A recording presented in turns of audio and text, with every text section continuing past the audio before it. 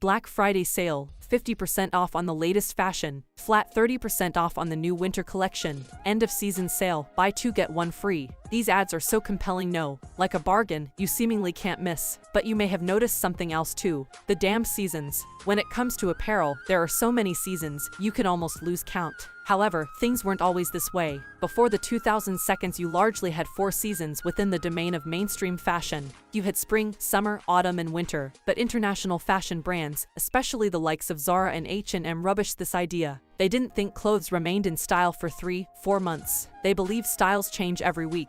And so they drove home this idea quite well, actually. So, we now have 52 micro-seasons a year, and fashion brands can pad their bottom line by selling more apparel each year. That's fast fashion for you. Although here's the thing, in a bid to keep up with the trend ever so often, we are doing irreversible damage to the planet. Between 2000 and 2014, we doubled clothing production. We now churn out a staggering 100 billion items of clothing every year. Also, the average person today buys 60% more clothes compared to 15 years ago. And you know what's even worse? We dump them in half the time. Okay, by dump and thrown away, we don't mean we're donating to charity. Not really. Sure, some of it finds its way to charitable causes, but most of it ends up going directly into landfills. If you want to visualize it, think of an entire garbage truck dumping clothes in a landfill every second. That's how insane all of this is. And guess how long it takes for these clothes to decompose?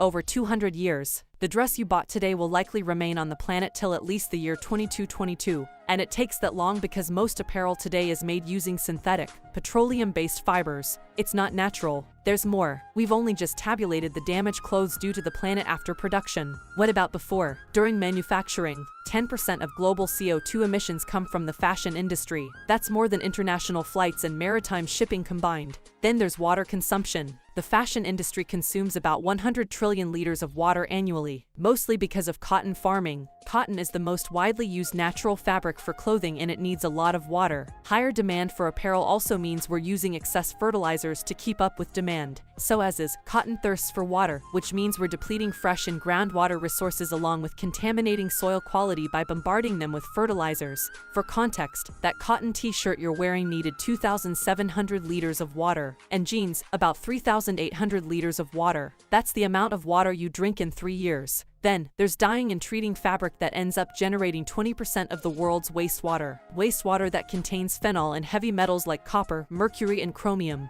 This polluted water seeps into streams and groundwater, which we then use to irrigate crops. This contaminates the food and yeah, we fall sick sometimes. In summary, the fashion industry is responsible for a triple planetary crisis.